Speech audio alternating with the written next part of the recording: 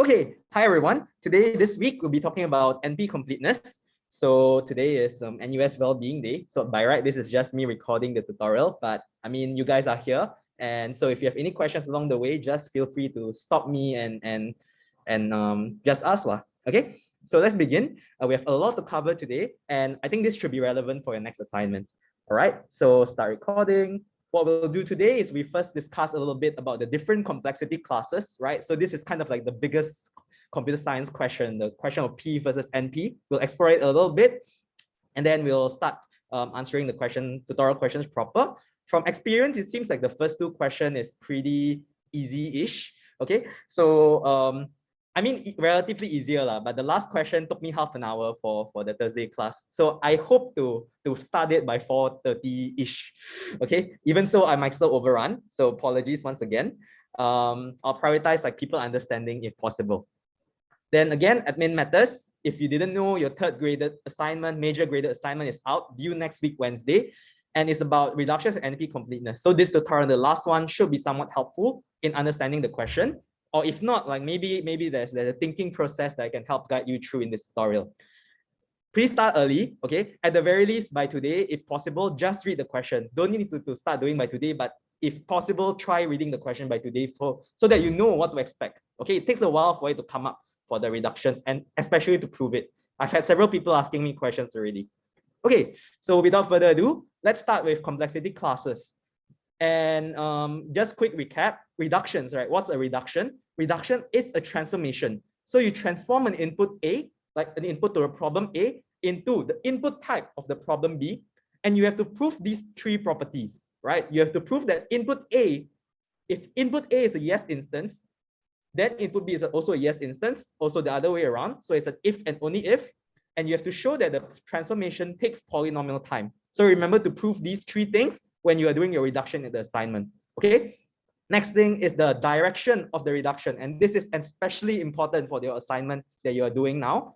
So get the direction of the reduction right. If it says reduce from 3 set, in the assignment, it says reduce from 3 set to this EQGF2. So reduce from 3 set. Consider any input of 3 set and then transform it to the problem you want to show is hard. Okay. Then again, we do discuss polynomial time with respect to the encoding of input. So I'm just keep this at the back of your heads when you are discussing that it's really polynomial time. Okay, so complexity classes, we'll learn about 4, P, NP, NP-hard, and NP-complete. So NP and NP-hard and NP-complete, they are all somewhat different things, okay? So they all have NP in their name, but they are different subsets, okay? So, and we group problems into these necessary classes based on reductions, okay? So to build up our understanding, right, I'll use this number line. I got this from an MIT lecture, so it's inspired by that. So left to right is in terms of increasing hardness, okay? So hardness, of course, in terms of like polynomial versus exponential kind of hardness, okay? So first is the complexity class P, which is the simplest, which is the set. It's a set actually, right? So it's a set of decision problems that can be solved in polynomial time. So most of the time in the past, like when you do 2040, you do 3230, most of the time you're concerned about coming up with polynomial time solutions. So most of the problems you deal with belong to the set P, like shortest path, minimum spanning tree, and so on. Okay. Now, NP is something that you just learned in 3230 perhaps, right? So NP is the set of decision problems. So again, it's a decision problem, okay, whose yes instance can be verified in polynomial time. Okay, I'll go through it slowly. So, okay, first of all, like NP stands for non-deterministic polynomial. It's not non-polynomial, just trivia. The reason goes to the definition of this interior computation and stuff. Don't need to know about why it's called non-deterministic. Just stick with this first definition. Okay, they are equivalent. All right. So what this means, right? Yes, instance can be verified in polynomial time. It simply means that someone will give you a proposed solution, and then you have to efficiently check that proposed solution is correct. Okay, I'll go through an example in a bit. So the intuition is that it's easier for you to check an answer key and verify that whether it's correct or not, right? If I'm going through a tutorial question, it's easier for you to think, is Christian making sense?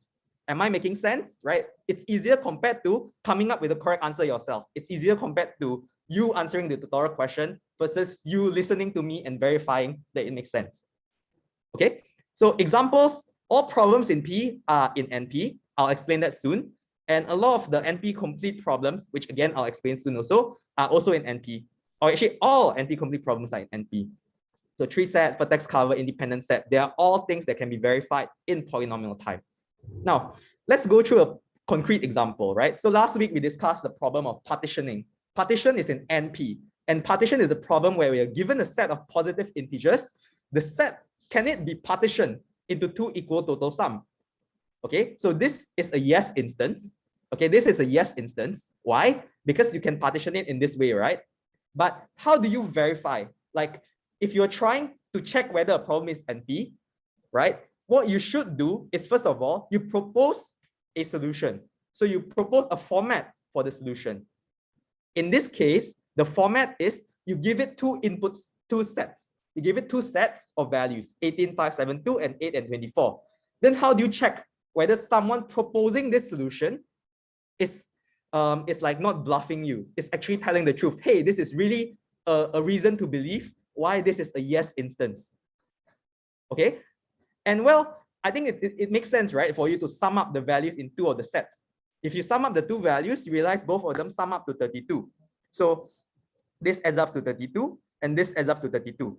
Okay, so this is your algorithm. This is your algorithm to verify that the proposed solution is indeed correct. Okay, but we are actually missing one step. This is, I think, a step that might be often overlooked, right? So the next step, actually, this should have been the first step, but I put it behind purposely to show that you often feel that you might forget this step, is to check that every element in this proposed solution also matches the input. Right? What I mean is that all these things, they have to exactly belong from this input over here. The reason you need this step is, what if my proposed solution is not this thing, but rather I tell you that, hey, I think the answer is 1 and wait. The answer is like 1, 3, and then 4. What if I tell you this is my proposed solution? Okay, if you add them up, well, both of them are 4, and then should your verifier be convinced that this proposed solution is the answer to this problem? No, right? You have to ensure that the elements all belong to the input. Okay, so is this clear? So showing problem is NP, you need to do two things. You need to come up with a certificate format. How does your proposed solution look like? Then you have to design an algorithm to verify that certificate format, to verify that format of the certificate, that proposed solution, is a reason for you to believe that the input is a yes instance. Is this clear? Can I get some thumbs up? Okay, great. Okay, so all right, great. So I'll proceed. Now let us talk about why the P is in NP. So P is we know that if at least everything in P is in NP. Okay, so one says that it can be solved in polynomial time. The other one says it can be verified in polynomial time. Okay, the reason why all problems in P are in NP is because, let's say I have a problem that is in P, meaning you have a polynomial time solution to it, right? Then someone proposed a solution. For example, I tell you, okay, I think this is the shortest path, right? The shortest path problem is in P. Then I propose, for this graph, this is the shortest path. How do I check? How do I verify? What's the verifier algorithm? Almost trivially, you can just run the polynomial time solution and kind of like cross-check with the proposed solution. You cross-check using the polynomial time solution.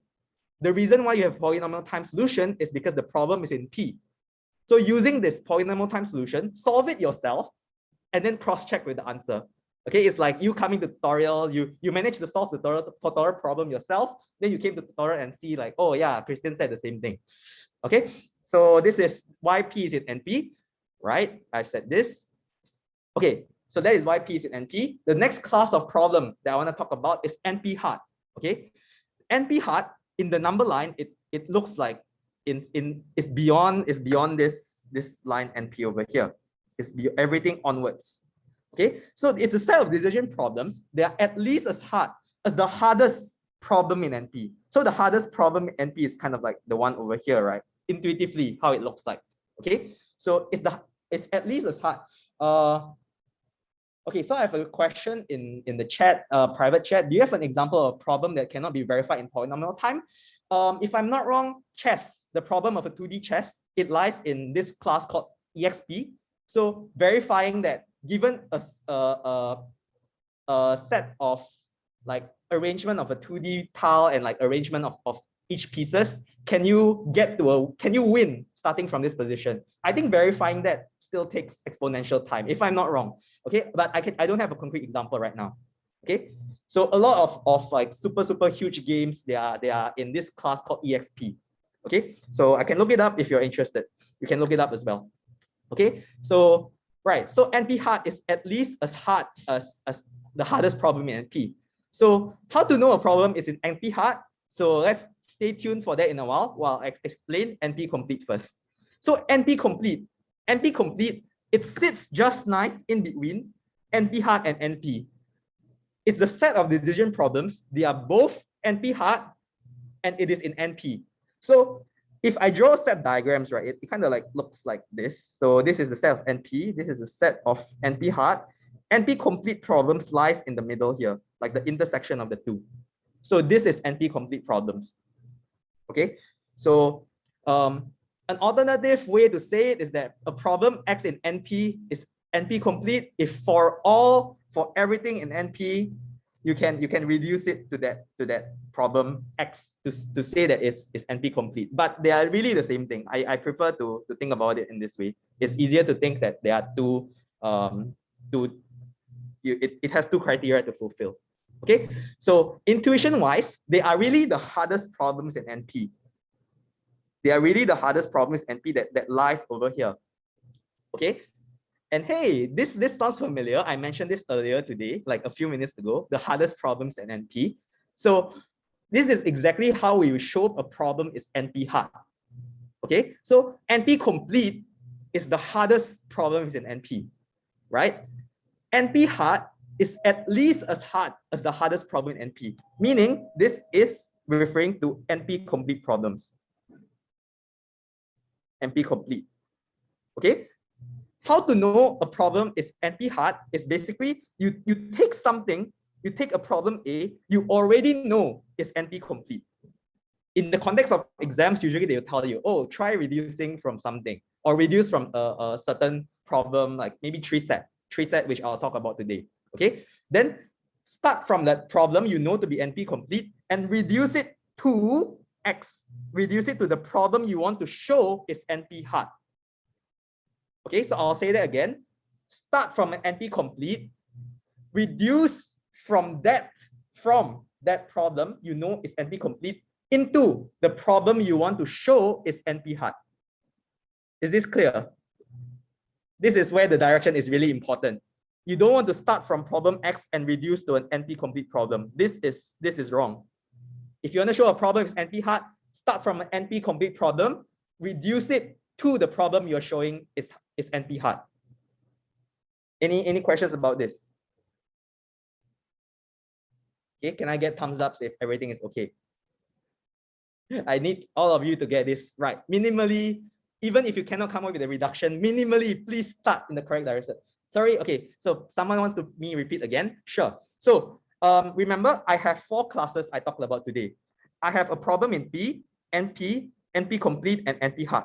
Okay, to show NP complete, to show that a problem is NP complete, and most assignment or exam questions wants you to show a problem is NP complete, you need to prove 2 things. 1, it is in NP.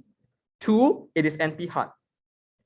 Okay, specific to the first condition, if you want to show a problem is NP hard, okay, what you need to do, okay, you take something known to be NP. So for example, let's say I want to show partition is NP complete, right? Step 1 is to show it is NP hard. Step 2 is to show it's in NP. For this condition, right? For this condition, the step like 1.1 is for you to choose A. Let's say the problem A is tree set. 3 set, which is also NPC. NPC is NP complete. Then you show that problem A reduces in polynomial time to partition. Is this clear? Non-clearable character, yeah, sure. I thought about that. So is it clear to the one who is asking me? So you start from a problem you know is NP complete, then you reduce to the problem you are showing is NP complete. So this partition is NPC. It's really like you are asking yourself, is it NP complete? Then you do these 2 steps. Okay, great. So please get this right. Okay, because if you don't, we cannot award you marks. Okay, I've had cases in the previous semester, like when I was taking the mod, I've heard people getting. May I know what is the intuition behind these steps? Let's see. I think it's just by definition, you know. I'm not actually too sure. But I think the NP hard thing is because it's similar to how, like, if you have a polynomial time reduction, then if the problem you're reducing to is easy, then that problem that you're reducing from is also easy. Okay, I don't think I explained that well. I don't think I have a good intuition for this. So I think let's hold back this question. Okay. Okay, so now the biggest unanswered question in CS, which, like, if you manage to solve it, you have a $1 million. If you someone from this class managed to solve it, please don't forget that I was your TA. Okay, so it's whether P is equals to NP, right? Whether the set P is equals to the set NP. We don't know. We know that P is a subset of NP. Okay, but we don't know whether it's like equal or not, whether there's anything in this gap here or not, whether something is not in P, but it's actually in NP, but it's still in NP. We don't know. No one in the world knows right now, or if they know, then they are hiding it. Okay, so many scientists believe that P is not equals to NP, right? I think one reason, like, there's this super long quote here, but if I were to translate this quote in plain English, is because P is like coming up with solution, right, in polynomial time. NP is like verifying solutions in polynomial time.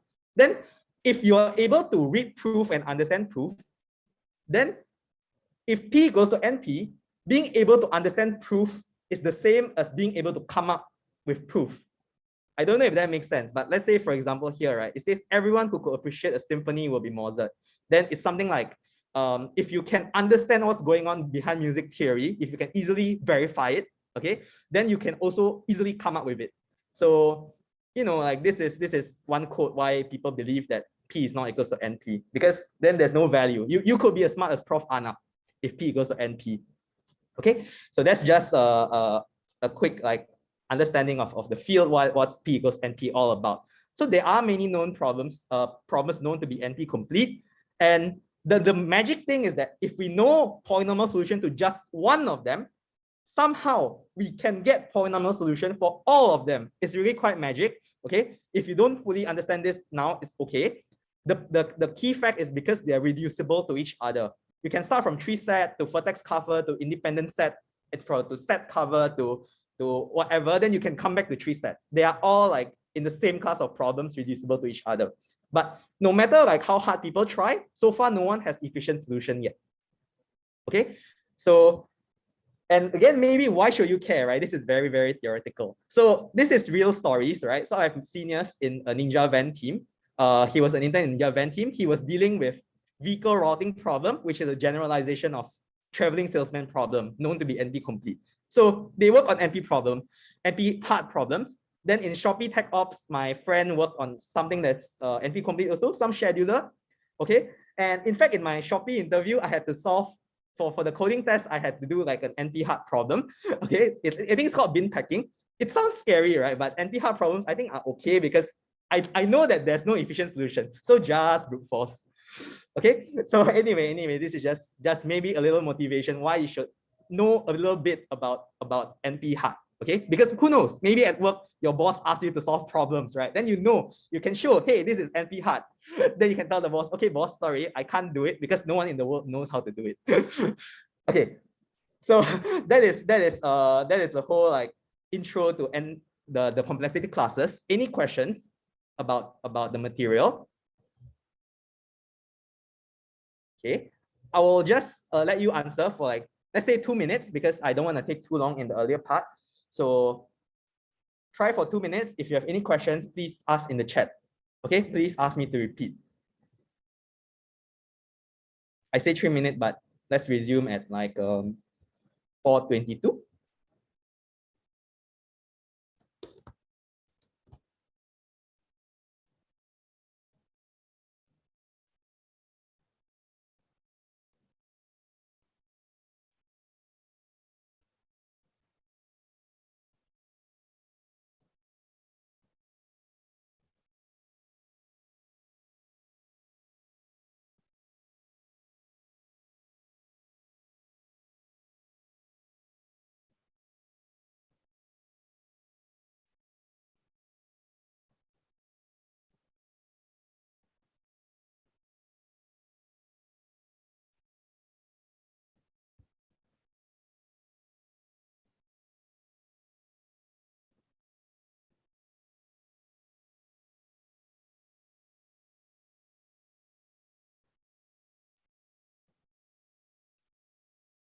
Which team am I in this case? Whether P versus NP, is it? I feel as P is not equals to NP. I believe that P is not equals to NP.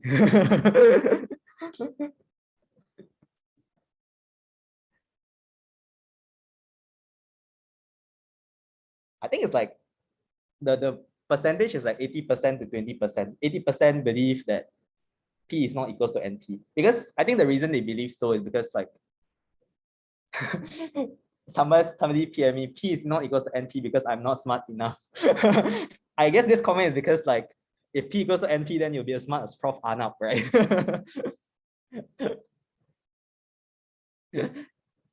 Yeah. tough. Yeah, but let's see. Who knows? Like maybe in our lifetime, hopefully somebody managed to prove that it's not, then get that $1 million. Maybe one of you. Okay, but anyway, let's resume with the tutorial question. Okay, so which of the following, right? So the thing is that we don't have to prove P equals to NP directly. Sometimes we can prove other things. It can also imply that P equals to NP. And this specific question is asking that. Okay, so the answer is actually the option 1. If we know that a problem in P is also NP complete, then we can get for free that P equals to NP. Why? Okay, look at this number line over here, this hardness line. Okay, intuitively, if now there's something in P that is also NP complete, then this P kind of like extends all the way here, right? It extends all the way here, and you see that the P is equals to NP now. Intuitively, this is how you can look at it. Okay, so the formal argument, if you want to be very formal about it, okay, we can go by definition. Okay, we use this definition that if we have a polytime reduction from A to B, right? This is what I told you last week. If B has a polytime algorithm, then so does A. We'll use this fact. Okay. The reasoning formally, you can say something like this. You start from an NP-complete problem, then all NP-complete problems are also NP-hard by definition. So this is by definition. All NP-complete problems are NP-hard problems. Now, because of our assumption that it's also solvable in polynomial time, right? This is our assumption, right? A problem solvable in polynomial time. What happens is that now we have all the NP. Okay, this is another definition. Definition 2. Definition 2, which I explained earlier today, all problems in NP reduces to NP-hard problem, right? So NP-hard problem must be reduced from all the problems in NP by definition. So what happens is that because right, we have NP-hard problems solvable in polynomial time, it implies that all, okay, so because, okay, the NP-hard problem is the right-hand side here, Now we have polytime algorithm for it. Because we have polytime algorithm for it, so all in the left-hand side also have a polynomial time algorithm. Okay, so this might be confusing. This is just following like definition one by one. It's okay if you don't capture everything here, but again, follow the intuition that the set P extends all the way, right? If P is now NP complete. But if you want to be formal about it, you can slowly read the slides again, and show it. Okay, all NP problems solvable in P. So I won't spend too long on this unless like someone really wants me to repeat. But let's go on to like this option 2. So option 2 says, yeah, okay, so someone's commenting how this number line helps a lot in visualizing. I think so too. I was quite pleased when I first saw it, and I thought it makes it really easy. Okay, so there's a problem in P that is also in NP. This is false because this is the status of the world right now. Okay, we know that all problems in P are also in NP, so there's nothing new we get out of this. Okay, so this is false simply for that reason. Option 3, same thing. It says there's a problem in NP that is also NP hard. This is by definition NP complete problems. Now, in the status of the world is that we have NP complete problems in the world right now, but we don't know anything about P equals to NP. So it doesn't imply anything. This is why it's false. Okay, any questions about like the options? Okay, can I get quick thumbs ups perhaps? Okay, great, very good. Okay, so I know this might be a little fast in the beginning, but that's because I want to go through like at least the first part of the final question, like coming up, the ideas to come up, because I think that might help with the assignment also. Okay, so question 2 is asking, okay, I have an NP problem, L, right? Then some smart dude over here has managed to prove that it's impossible to find a polytime algorithm for L.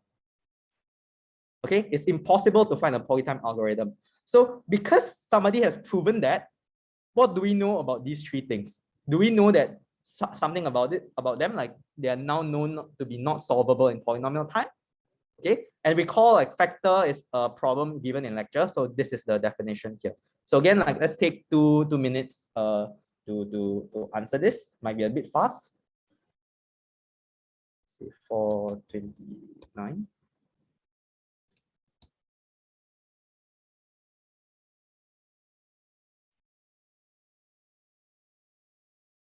Okay, please tell me if you have any questions, even for the previous part also.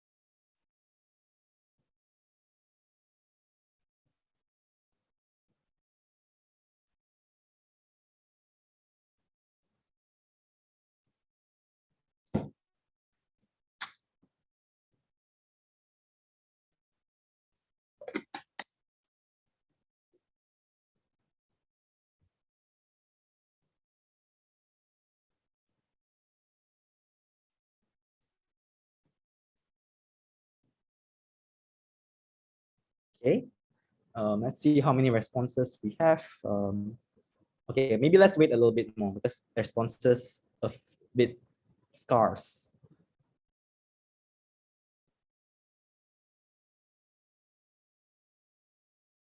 Okay.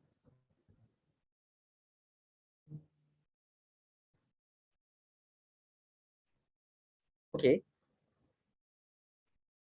I think I'll just resume. Okay. So intuitively, for this question, now we know NP is affected, right? Now we have something in NP that we cannot solve in polynomial time. Intuitively, again, like this number line, this graph, or however you want to call it, just look everything to its right. It's even harder, right? So if we know that something here is hard, then everything after it has to be like harder. The intuition is this. Okay. So that is exactly how we'll argue it, in fact, but more formally. So last week I went through this, right? A polynomial time reduced to B means that if A is hard, then so is B. Okay, so now we know for NP hard problems, right? L is now hard. L is now hard. The problem L that was given to us, somebody prove it is now hard. So L reduces to NP hard problem by definition. Okay, L reduces to NP hard problem by definition. Therefore, because L is now hard, then NP hard problems must also be hard. Okay, so this is the first one. Second one, all NP problems, not really, because the problem P we know is a subset of NP, right? And we know that P can be solved in polynomial time by definition. So it's not true that all NP problems are now impossible to solve in polynomial time. So option 2 is false. Okay. Option 3, really the argument is the same as the first problem, as the first option. But again, if you really need an intuition, is you really look at this line and you see that everything to its right is even harder. Okay. So everything to the right is even harder. Option 4 is a bit like a trick question, I guess. First time I was also confused when I saw the question, because the factor problem is not known to be NP hard. We don't know the status. Like we know it's in NP. We know it's in NP somewhere here, right? But from what we conclude in option 1 and option 3, all we know is that everything to the right of NP complete is now hard, right? But we don't know about like things that are over here. We don't know anything about it. And factor is not known to be NP hard. This is just like a fact, you know, like no one in the world knows the status right now. So option 4 is a bit like a trick question, I guess. Okay. So any questions about this? Okay. So I'll now, why can we conclude that L reduces to NP hard problem? Okay. So I think you are asking about this, right? This point over here. It's because by definition of NP hard says that it's reducible from all problems in NP. This is by definition of NP. Or alternatively, or from hardest in NP. Like these two definitions are kind of equivalent. Okay. So because L, the question says it's an NP problem. It's an NP problem. Because L is an NP problem, it reduces to NP hard problems. Okay, by this definition over here. Does this make sense? Right. So if we want to show a vector is NP hard, we can show it's NP complete. It's the other way around. If you manage, because factor is in NP, then the thing we are left to do is to show factor is NP hard before we get to the fact that it's NP complete. So NP complete is the thing that requires the two criteria. NP complete needs to be first NP and secondly NP hard. Okay. So if you want to show it's NP complete, if you want to show factor is NP complete, show that it's also NP hard. Right now we only know that it's in NP. We don't know whether it's NP hard or not. Okay. Okay, so I will go on. Oh, in fact, yeah, I think this is the next part I want to talk about, showing the problem is NP complete. So I'll go on to this because this will be used for your assignment. Okay, I hope. So showing the problem is NP complete, right? Now, let's say you have this problem, you want to show whether or not it's NP complete. Fortunately, the steps are actually quite routine, like as in like it's very structured, but the thing is, it's not easy to do. Why? Because of the reductions. And recall, NP complete, right? It sits right in the middle, means that it's both in NP and in NP hard. Okay, they are both these two things. So the first step to show a problem is NP complete is to show that X is in NP, right? It is indeed in NP.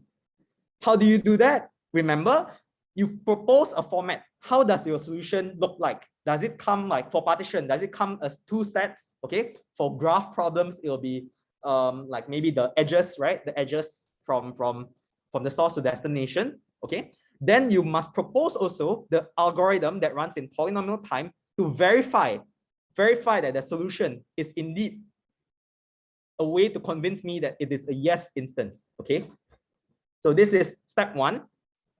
Okay, step 2, and it can be in any order really, like it doesn't really matter, but you have to show both, is to show that X is NP hard. Okay, and how do you do that? As I have mentioned earlier today, you first need to start from a problem you know is NP complete, start from that problem, and then reduce it to the problem you want to show.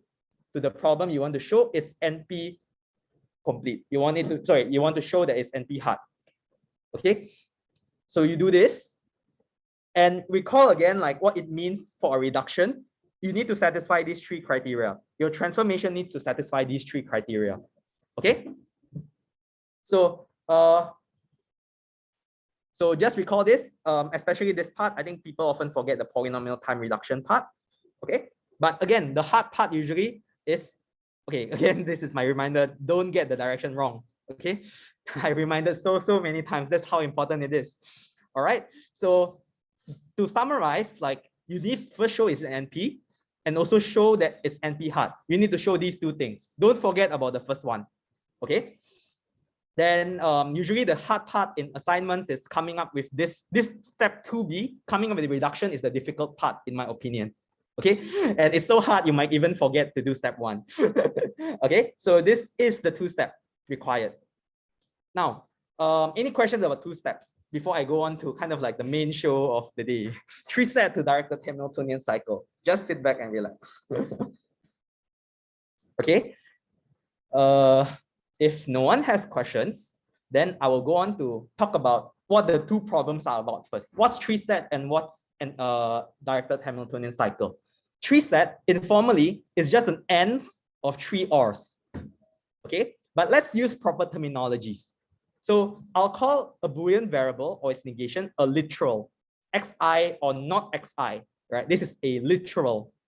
Okay, so a clause is a disjunction of literals. So CJ, a clause CJ is like x1 or not x2 or x3, right? The generalization can allow many things inside the clause. Okay, so this is just generalization first. Then we combine these things. This little CJ, like this many CJ, you make an N of them. So you AND them together. You AND them together to get this, what we call the formula phi. Okay, these are just very cheap terms to say that it's an N of 3 ors. Okay, so the problem of set is that given this formula, can I assign true or false to the literals, to every one of these literals? If I have x1, x2, x3 up to x100, can I assign true or false so that the entire thing evaluates to true? That's the 3 set problem. Okay, so 3 set. So that's the general set problem. The 3 set is a special case of set where every clause contains exactly 3 literals. Okay, so x1 or not x2 or x3 and x1 or x2 or x4. So this is a clause, this is a clause, this is a clause. Okay, and why is this a yes instance? Is because I assign x1 to be true, so this is true. Then the entire thing is true because ors, right? So true and true evaluates to true as well. Okay, so this is why it's a yes instance. I initially wanted to show you a no instance, right?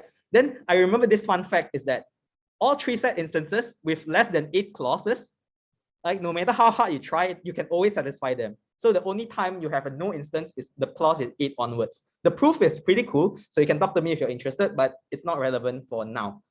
Okay, so more example, like this is more examples of the formula. This time you see that a single literal can be duplicated across clauses, right? But a single clause must have distinct literals. Okay, so the same literal can appear many times in different clauses, but not in its same one. So this is 3 set. Okay, now just recall 3 set is NP-complete. Like somebody smart has proven that 3 set is NP-complete. In fact, like I think circuit set is the first NP-complete problem. It's like the grandfather of NP-complete problems. Okay, so this is 3 set. Directed Hamiltonian cycle. So directed Hamiltonian cycle, let's switch a bit. So now we are thinking about graph. Okay, the directed Hamiltonian cycle asks, is there a cycle that visits every single node in the graph exactly once? Okay, so I have this fancy looking graph over here, and it is a yes instance, meaning it has a Hamiltonian cycle because of this cycle over here, right? So it can start from A, B, C, D, F, and E, then back to A by visiting every vertex exactly once and then coming back to itself, right? So if that's the meaning of cycle. Though the other one is, if I just flip the direction of the arrow here, suddenly it becomes a no instance. We cannot find a Hamiltonian cycle here, because even if you can find a cycle, I don't think it's possible. Like, this is a cycle, right? But it doesn't visit all the nodes exactly once. Okay, so these are the definition of Hamiltonian cycle. So any questions about the definition? Like, before I proceed with the reduction, anyone confused about what the two problems are? Because otherwise you'll be lost for the remaining of the class. Okay, like thumbs up if it's okay.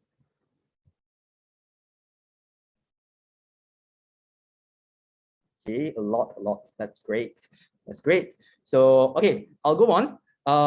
Now recall, like the idea when you're doing reduction, right? What's the overall picture looking like? So overall picture is that you're trying to come up with an algorithm for tree set that takes in a Boolean formula. Then you do a reduction from Boolean formula to the graph.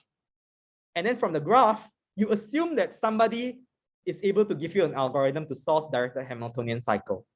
Okay, so assume you have that, and then you will get an output, whether you have a directed Hamiltonian cycle in this graph or not. So just use the output for the output of tree set. Okay, and our job is to come up with this reduction. Our job is to come up with this reduction that fulfills these conditions. Okay, these three conditions. Okay, so we are about to begin the reduction. So get ready, because I think it's quite confusing. The other class, I think many people got lost. Other tutorial classes from other TAs also. So what I like to do, right, when I try to do a reduction, I think about the properties of the two problems. Like, how can I use property of one to solve the other? Okay, so let's think about the key properties of tree set. What do I want to do for tree set? Okay, for tree set, we need a way to encode literals, right? In our new problem, a literal is assigned to either true or false, only true or false. Okay, so in the problem you're reducing it to, you need to somehow like encode a choice. Okay, we will see this example in a bit. Okay, so you need to encode a choice that you cannot take back. Okay, meaning that if in the problem you're reducing it to, something happens, like one case happens, you cannot possibly choose another case simultaneously. So only one case happens at the time. The second part is encoding clauses. So it's a property, right? So that a clause consists of three literals, right? So if at least one of the literal is true, you need a property so that all the clause is satisfied, basically. Like, it's very hard to describe this step without being confusing, I think. So if at least one literal is true for this clause, then the entire clause is satisfied. Okay, so the final one is coming up everything together, and usually this is not so hard. Step 1 and step 2, the encoding the literal and clause is the difficult part. Okay, so I guess let's think about it like encoding clauses is like maybe you're in a group of 3 people doing an assignment, right? So if one person carry the whole team, then you have finished the entire assignment. So you don't need everyone to carry each other, just need one person to carry. I guess that's one intuition I thought about like just 3 seconds ago, if that makes sense. Okay, so anyway, these are the key properties of tree set that you have to remember. Then key properties of directed Hamiltonian cycle. Much shorter. Okay, it's just saying, oh, you need all the nodes to be visited. You need all of them to be visited exactly once, and they need to form a cycle. Okay, we will use these properties of directed Hamiltonian cycle in order to fulfill these properties of tree set. That's what's going to happen. Another term I'll use throughout the reduction is this thing called the gadget. Okay, so gadget is just this term for me to like say, oh, I'll group things together in order. It's like a helper. It's like a helper function, I guess. It's a helper function to design the reduction. Okay, so this is just for me to refer to things easily. And again, the argument I'll present in the slides is somewhat informal, just to provide intuition.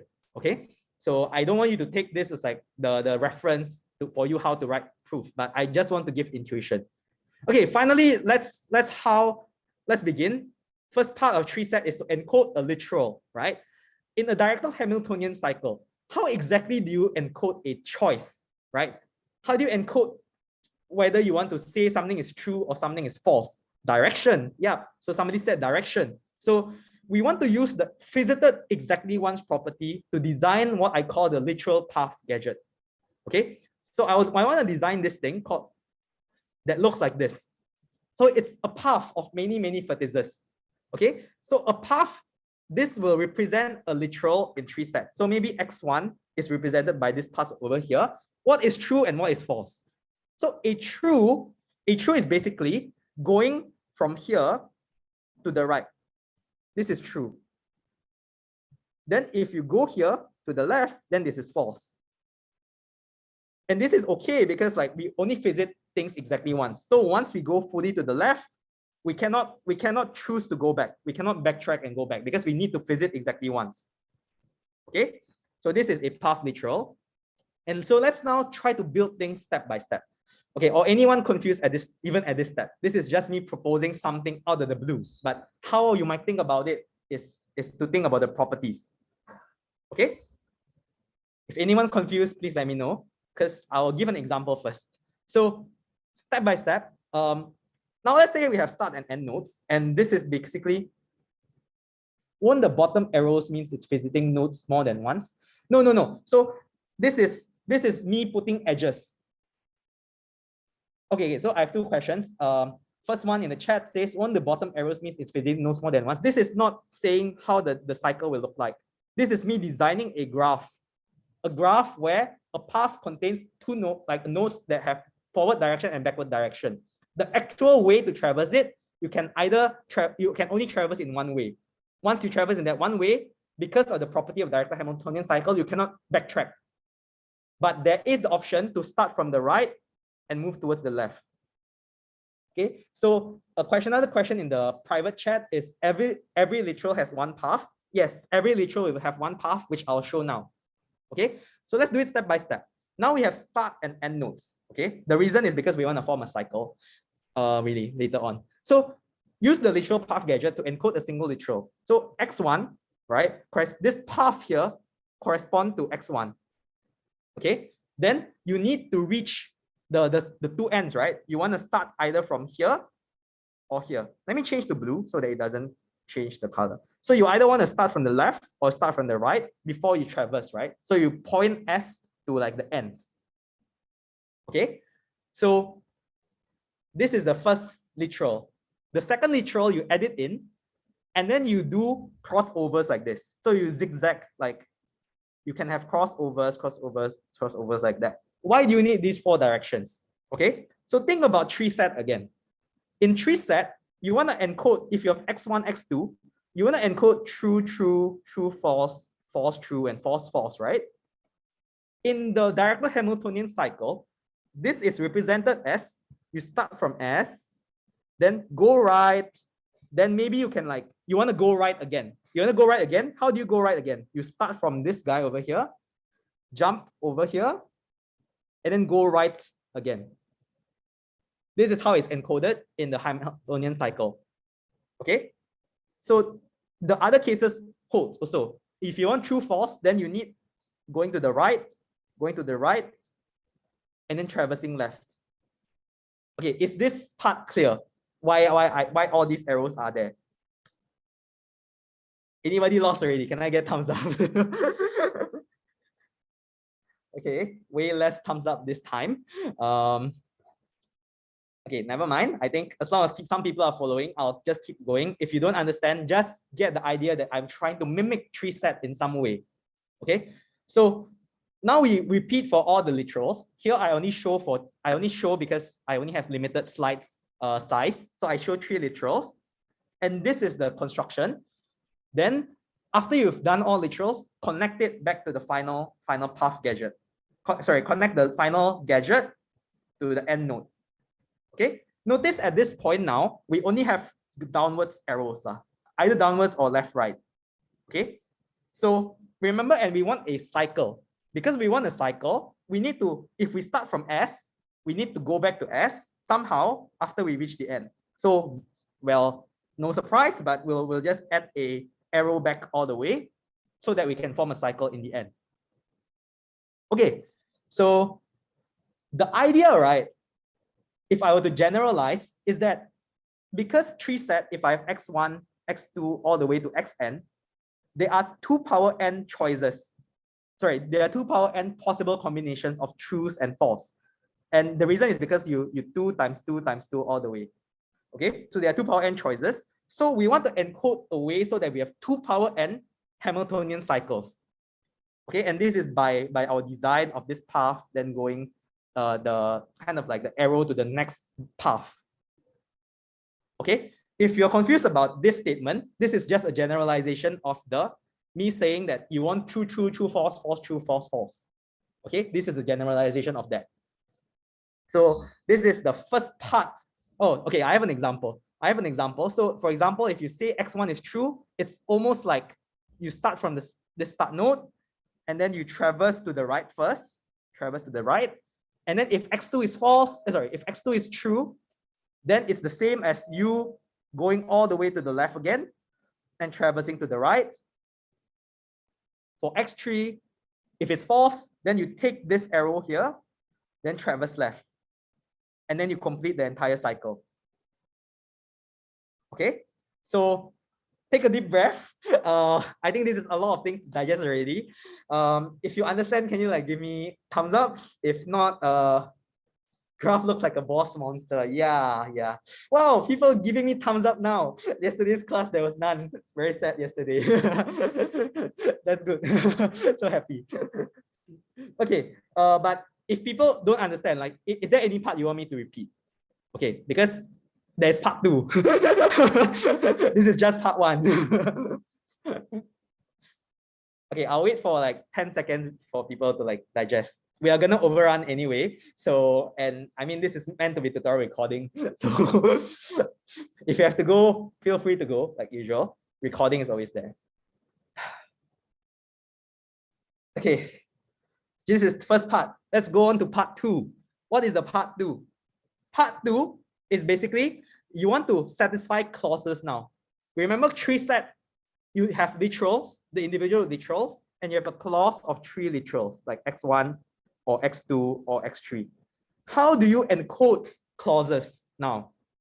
Okay, how do you encode clauses in the directed Hamiltonian cycle?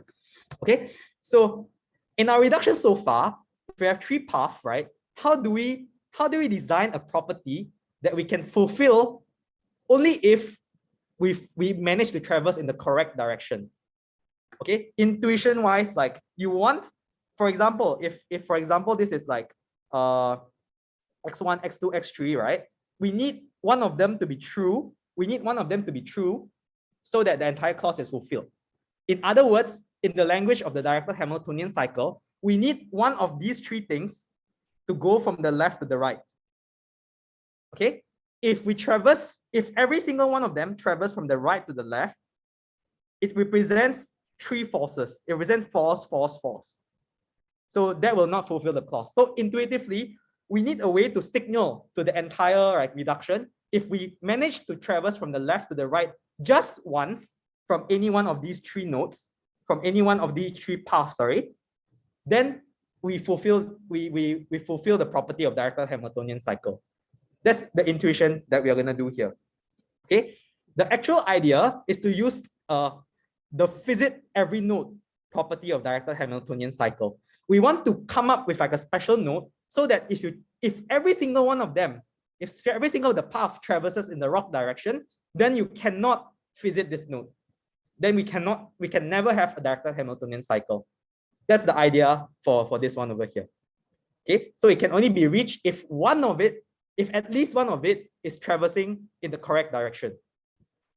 So how it looks like, the clause node gadget is a special node, a single special node connected by 3 literals. So we have literal path gadget 1, literal path gadget 2, literal path gadget 3. There's gonna be like an arrow up. So what's gonna look like is there's gonna be an arrow here, then come back down.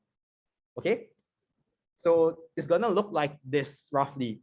Okay, and the direction matters. Like for example, this one means it's going from right to the left.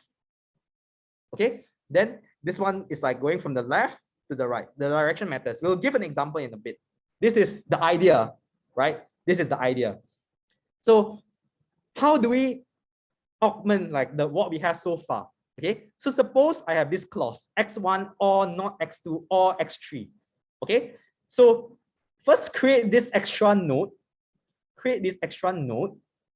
then you see one by one. Okay, you need x1 to go from left to right. So you point this arrow going up and to the right, up and down from the left to the right. Okay, because we need x1 to be true. We need x2 to be false. So what will happen next is that we will draw an arrow from the right side of the second path up and then down.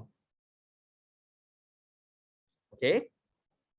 Notice the subtle difference between the two directions of the arrows from the first path versus the second path.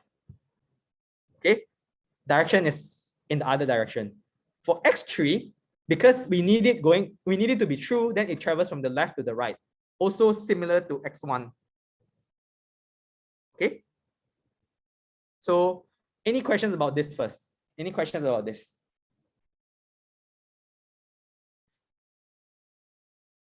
Okay, I'll wait for 10 seconds. Or if people following, can you give me thumbs up? It's okay if you don't understand the purpose yet. But I guess the idea wise why you want to do this, and then we'll prove eventually that it's correct. Okay, so we want to connect in this way. So then we'll repeat for more clauses. So let's say I have C2, right? I have C2 is something else. It's something else. So you repeat all these construction. As you can see, it gets very, very complicated. It gets very complicated. So I cannot possibly like show a full reduction, like a full example here. This is the best I can do for a slide. One thing to note is that for the second clause, you need to leave a gap here. You need to leave a gap, which I'll explain why we need it later. Okay, so this is the reduction.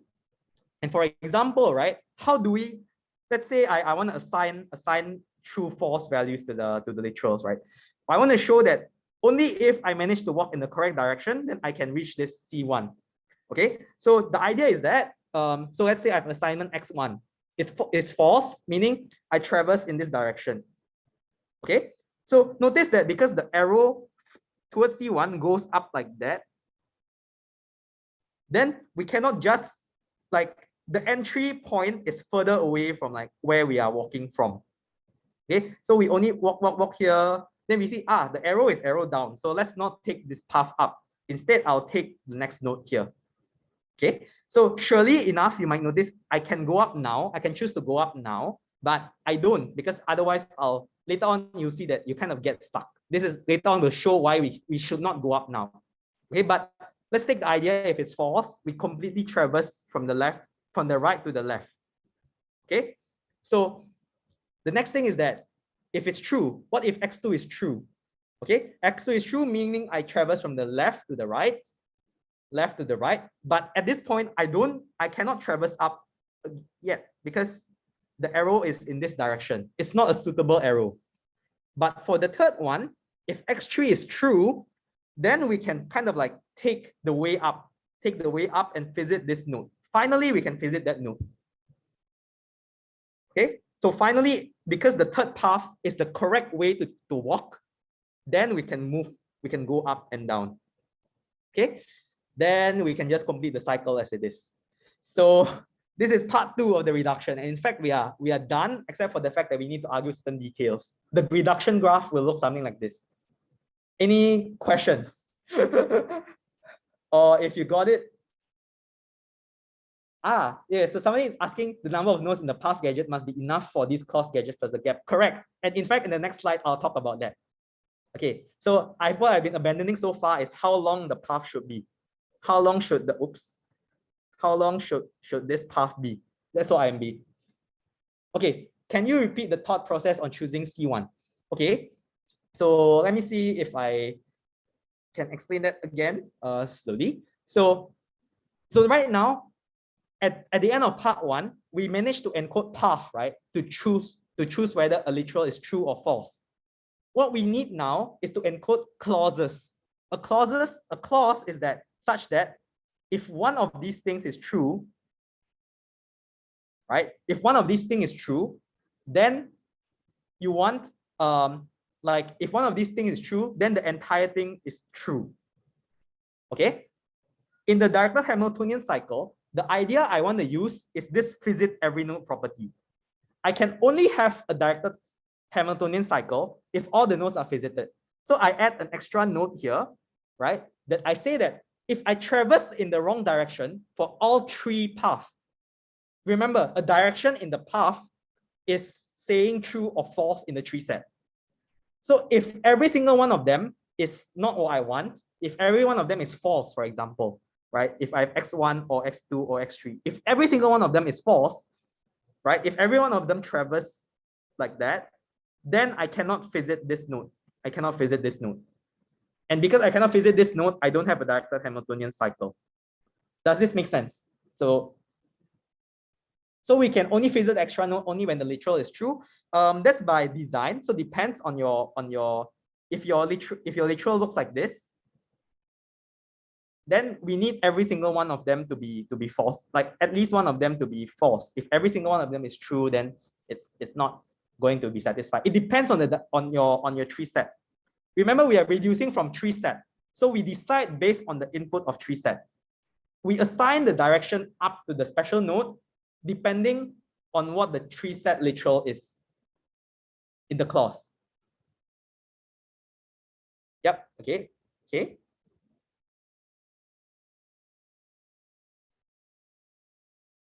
any other questions? If people got it, can you give me a thumbs up? Like I will understand if no one got it, but I see a single thumbs up now, more coming up. Okay, that's great. That's great.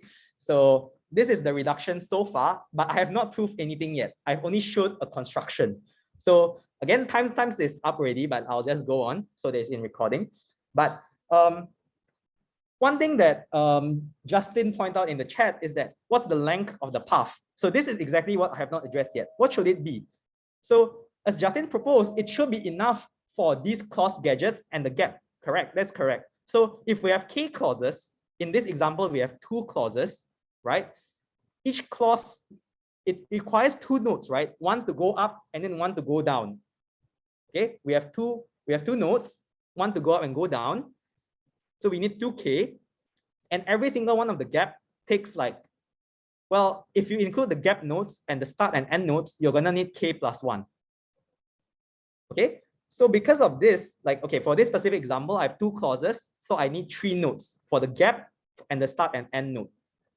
Okay, so in total, we need at least 3k plus 1 nodes in the path. Okay, it can be exactly, but it needs to be at least 3k plus 1. Okay, this is the argument for the length of the literal path gadget.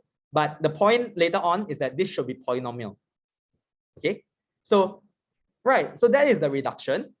Now we need to prove 3 things. First, if we say that the Boolean formula is a yes instance, then the digraph is also yes instance, and vice versa. And the transformation takes a polynomial time. Okay, so let's argue this, right? So x1 or not x2 or not x3. Suppose this is satisfiable, right? Suppose it's satisfiable. For example, maybe the satisfying assignment is false, true, and true. Take a look at this and verify that this will evaluate to true as well because of x3 actually, because of x3. Okay, so if we have this assignment, what we can do is that follow the way we design it to be. In the directed Hamiltonian cycle, if we see xi is true, go from left to right. Otherwise, go from right to left. What I've shown you so far today is really like this proof. Okay, so go from left to right or right to left, depending on whether it's true or false. Then we argue that we can always visit this clause node. And the reason we can do it is by design. By the way we designed that clause node, if we manage to enter in the correct direction, meaning if the clause is satisfied, then we can go up to that clause node and go down. We can visit it safely and go down. Okay, by the construction, there'll be at least one row where we go in the correct direction. So with that, like, then we can have a Hamiltonian cycle because like the way we design it, the way we design this Hamiltonian cycle is such that it follows nicely from the truth assignment. If a yes instance, if the Boolean formula is a yes instance, then we can design such a Hamiltonian cycle. Okay, Any questions about this part? Thumbs ups? Okay, thumbs ups maybe. This is part one of the proof. Okay, part one. Okay, I've lost track of my parts, but proving that this reduction is correct. Then we need to prove the other way around. If we have this directed graph, suppose we can find a Hamiltonian cycle here. Can we argue that that Hamiltonian cycle can map back easily, can translate back to the truth assignment in tree set, to an assignment of literals that will make the entire tree set formula true? Can we do that? This is the argument here. Okay, and we cannot exactly say like it's the same argument as before and reverse, because who knows, like maybe, okay, wait. I need to say the next part first, sorry. So the intuition is that we, given a Hamiltonian cycle, remember we decide to set whether something is true or false because of the path direction, because we completely walk an entire path from the left to right. But what if, right? What if, okay, what if our Hamiltonian cycle is actually not well behaved? It doesn't walk an entire path. It sees the node here and then, oh, let me go up, but it doesn't decide to go down in the same path. It decides to jump over to another path, right? So if this happens, right, then somehow our path, we don't fully visit left to right. Does that mean like x1 is true, or does that mean x1 is false? Or 50% true, 50% false, right? There's no such thing in this like Boolean condition. There's such a thing as like, I forgot what it's called, fuzzy logic, but that's not important here. So fuzzy logic is like 50% true, 50% false possible, but never mind. But we cannot, if a path is like only half traveled, we cannot exactly say true or false, right? So because we jump over to another path. So the intuition is that because the fact you traverse to another path, then the rest of the path is not visited. So we cannot have a Hamiltonian cycle. This is the rough intuition why we want this. We argue like this cannot happen. Okay, so my Zoom is acting up. I cannot annotate, but never mind. So the formal argument is that suppose right, somehow you manage to walk back over here. Then eventually, once you reach here, you'll get stuck. Because, oh no, I can't annotate. 1 second, yeah. Annotate. Okay, so the reason I'll just verbally mention, the reason is because once you reach, okay, wait, I'm back. Once you reach this node over here,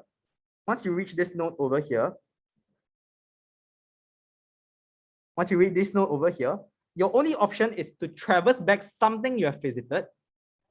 Okay, your only option is traverse back something you have visited, and that's it. Like you cannot do that, right? That's a definition Hamiltonian cycle. It will be violated. Okay, and you cannot go up also. By the way we constructed the arrow. So this is a possible problem, right? We rule out this problem is impossible. Okay, the other problem is that what if, right? The problem just now is that we got stuck over here. We got stuck at the node that we want to go down to. But what if we go from the other direction? And cover first where we are about to go down. And then we go up and do the same thing. We decide not to complete the path. Can this happen? Okay. So if I'm asking this, clearly the answer is going to be no. It's impossible. But why? Because it's the similar argument really. But this time you argue that over here it will get stuck at the gap node, at the gap vertex. And this is why the gap vertex is important. Okay. It was stuck at the gap node because once over here, there's no way you can escape via another clause vertex. You can only choose to go back to where you have visited. And that is not a Hamiltonian cycle. Okay, because you visit something else you have visited. Okay, so if you're still confused why the gap node is visited, now consider, right?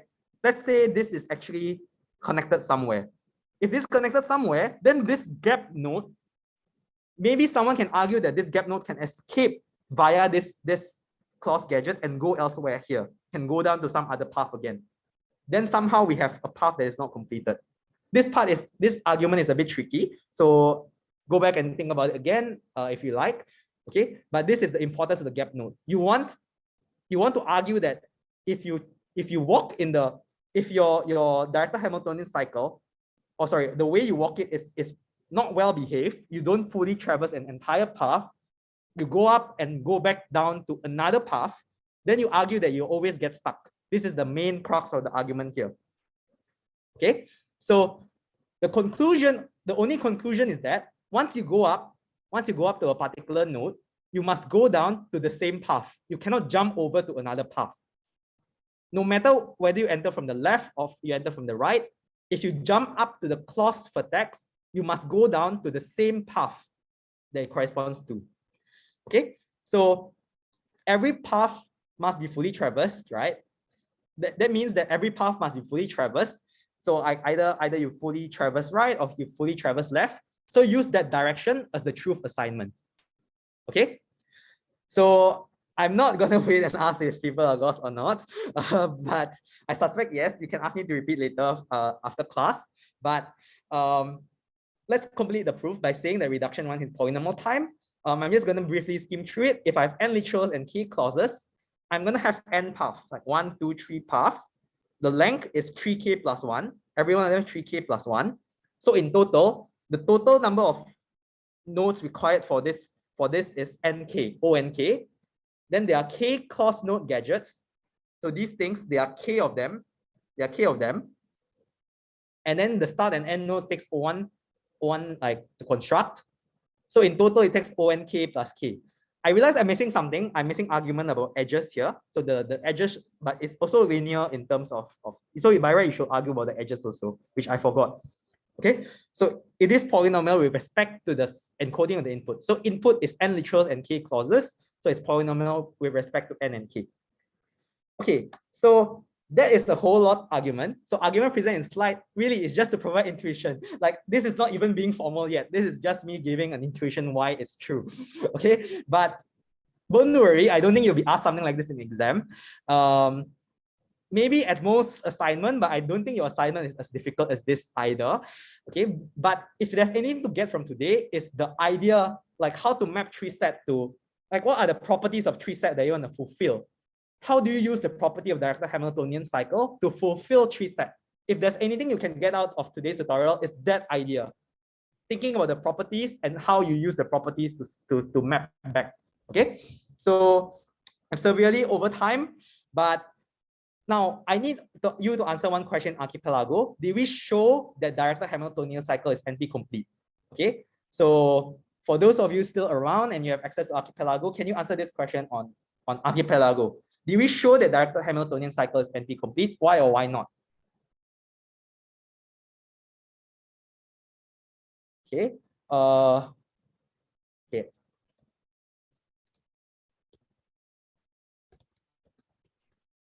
Okay. This is independent, right? So we know we have a reduction from tree set to directed Hamiltonian cycle. Even if you don't understand the proof, know that I did this for you just now. Then the question here is that, does that mean now I have proven that directed Hamiltonian cycle is NP-complete?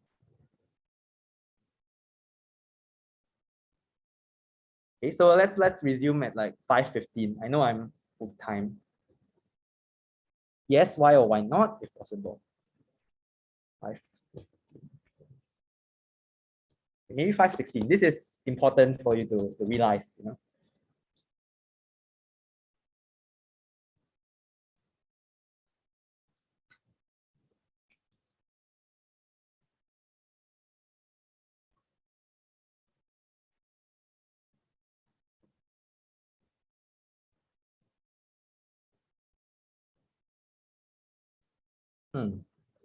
Or if you have no idea, maybe just put no idea. You can't see the question in Archipelago. If you can't see it, then you PM me, just PM me what you think is. I might have forgotten, but okay, some people are answering, so just PM me your answer if you would like to attempt also.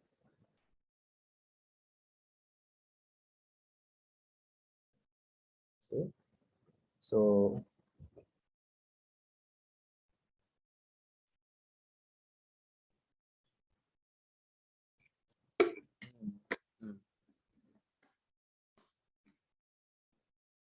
okay.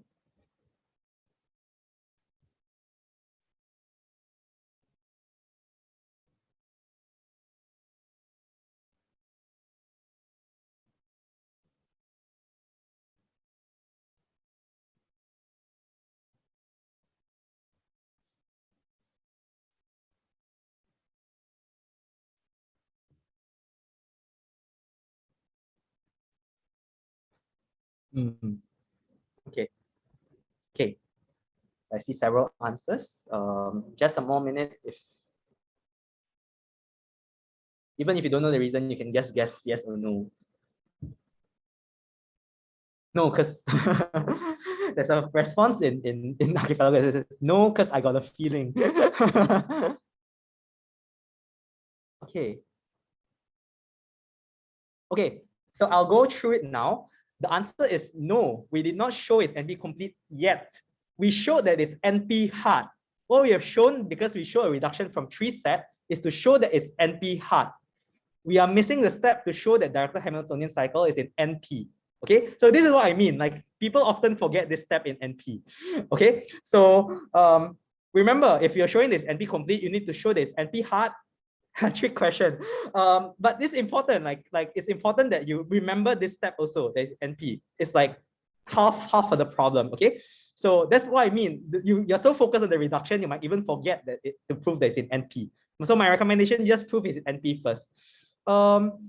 Okay, so there is an interesting archipelago response that says that we did 3 set reduced to direct Hamiltonian cycle, but we need to show direct Hamiltonian cycle reduced to 3 set, basically saying that you reduce in one direction, then reduce it back. That can work also. So that is fine. If you manage to show that, that is fine. Because of the Cook-Levin theorem. But if I recommend just showing this in NP. You have a super hard reduction in one direction. Even if you like reductions, let's not do too many reductions. So just show the right direction in the correct direction once, and then show that it's in NP. Okay. So if we show that it's NP, we get half of marks. Okay, I don't know the mark allocation. Maybe back in my assignment, they separate part A, part B. So I guess so, maybe, or partial marks at least. Okay, so minimally, show is in NP. So this is why I want to ask this question. Okay, I should have added a meme for it, but I forgot. But anyway, so that is most of the tutorial today. Here are some exercises that are similar, right? So you try. There's this direct Hamiltonian path problem. So I say, like, try to modify proof from the 3 set to get to direct Hamiltonian path. It's not too much work, I think. Okay, then this is another exercise I can show also if you like. Then, okay, maybe one more question. So since we're all here anyway, there's this screenshot I saw from online claiming that Among Us NP complete. I claim that there's something wrong about the statement here. The abstract here describes something wrong. What's wrong about this? You can PM me. I don't have an archipelago question about this.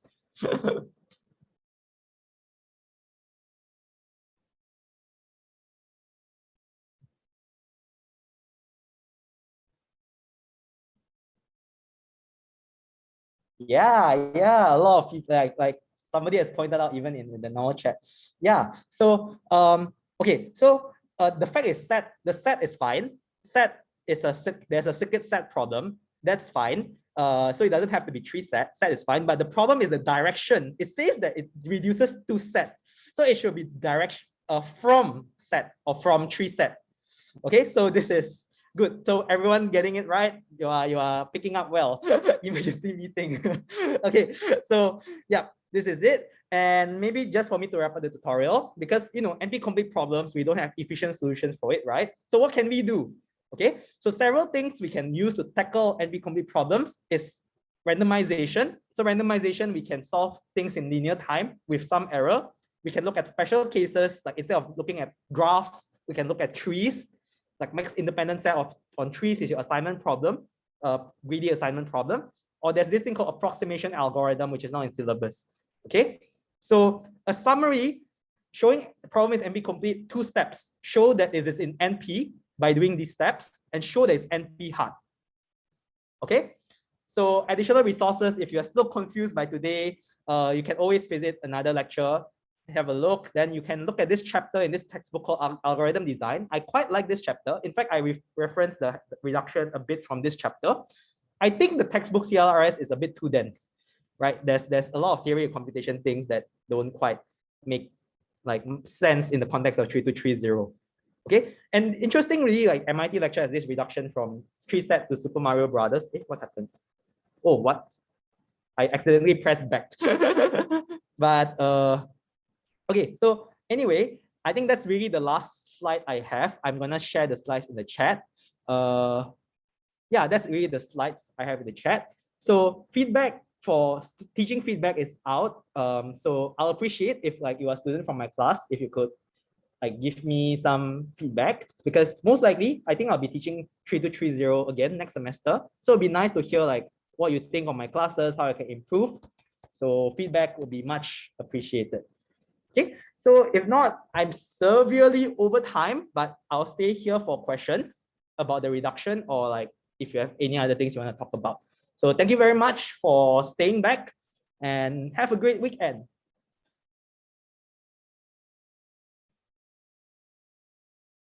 No problem.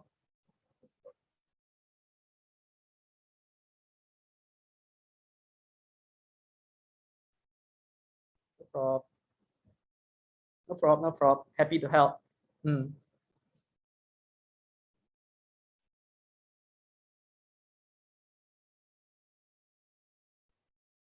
no problem.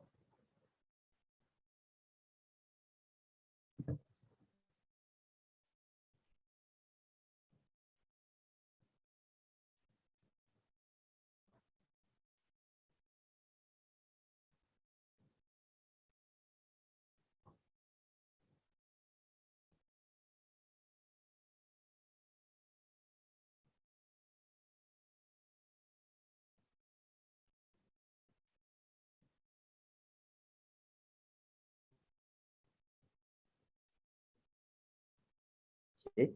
Anything you like to ask me?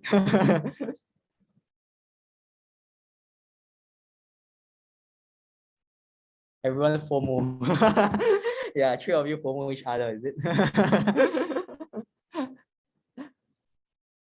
Yeah, sure, no problem. It takes a long time to process. Just get the idea, like how to convert. The exact reduction is not as important as the way you think of the properties. I must, if I were to say something.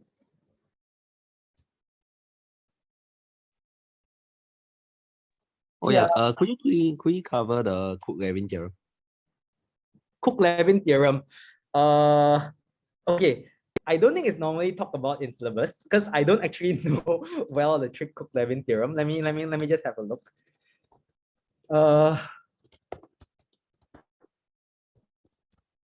I'm not sure if Prof will explicitly assess Cook-Levin theorem, but maybe let me just have a look if there's anything I can say about it.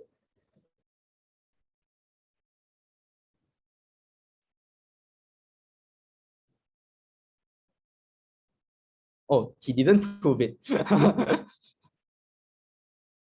Yeah, I'm not sure. I've not seen the proof before, or maybe I've seen it, but I've not stuck with it. But what Cook-Levin theorem says, right, is saying that all problem in NP reduces to 3 set. Okay, so what it's saying is that if I have the number line here again, if I go back to this number line here, right,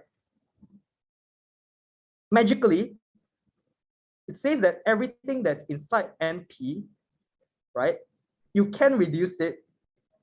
So 3 set, you can reduce it to 3 set. That's what the Cook-Levin theorem says. And consequently, this is making 3 set the first NP hard problem. Okay, makes it, because by definition NP hard says that a problem is an NP hard if it can be reduced from all the problems in NP. Take all the problems in NP, is it possible to reduce it to 3 set?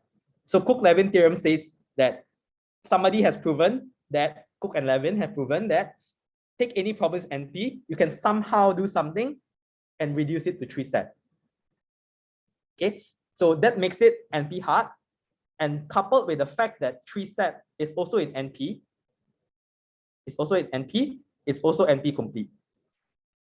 I guess that's, if there's anything you can take away from Cook-Levin theorem, is this fact over here. So somebody has done the hard work to give you the first NP complete problem. All you need to do is do reductions from this problem known to be NP complete. So I think just know that much is fine. All right, Ken. So basically, it's just a big daddy. Okay. Yeah, it's like the big daddy for NP complete problem, if that's what you like to think about it for.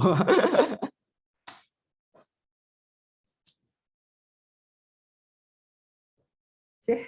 Yep, no problem. Have a great well-being day too. All right, I think that's it for me. Thank you so much. All right. See ya. Bye. Bye-bye. Yeah, Cook-Levin theorem just says that 3-set is NP-complete, or rather shows that it's NP-hard, but it's not hard to extend it to the fact that it's NP-complete because 3-set is in NP. If someone tells you the truth assignment, all you need to do is like check whether the literal given corresponds to a literal in 3-set. Then you just assign true, false, then evaluate manually. That's why it's in NP. Yep, no problem.